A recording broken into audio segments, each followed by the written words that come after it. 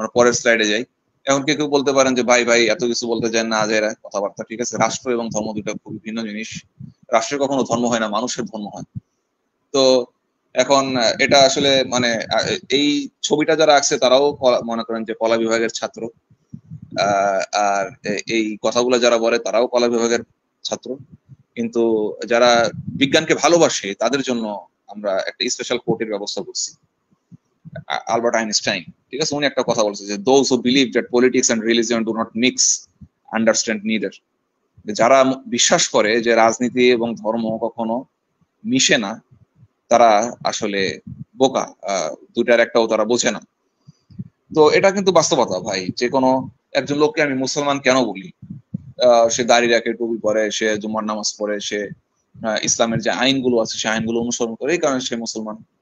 একজন হিন্দুকে আমরা হিন্দু কেন বলি? সে গোমূত্র পান করে, সে মানে কপালে তিলক দেয়, তারপরে তার গলায় মালা থাকে, ঠিক আছে, মাথায় টিকলি থাকে, তার পুরোহিতদের একটা সুতার মতো তারা পরে,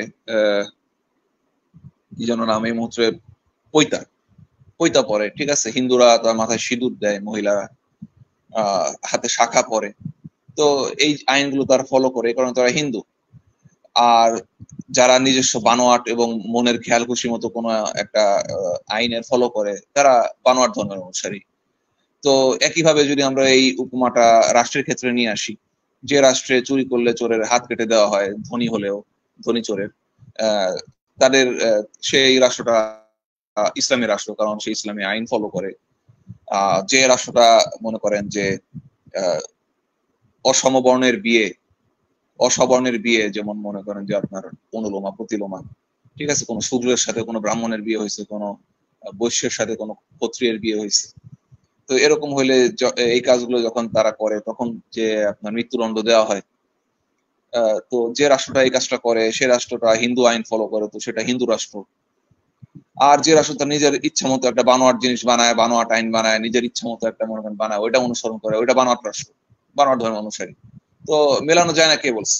আপনি এই জিনিসটা ধরতে পারেন নাই, আপনি বুঝতে পারেন নাই, আপনার মাথায় বুদ্ধি কম হতে পারে, হতেই পারে, কিন্তু আপনি জিনিসটা ধরতে পারেন নাই, বুঝতে পারেন নাই বলে আর কেউই এই জিনিসটা মানে সম্ভব না, রাজনীতি এবং ধর্ম কখনো মেলানো যাবে না, এটা তো হতে পারে না। এই জিনিসটা আপনি কিভাবে বললেন?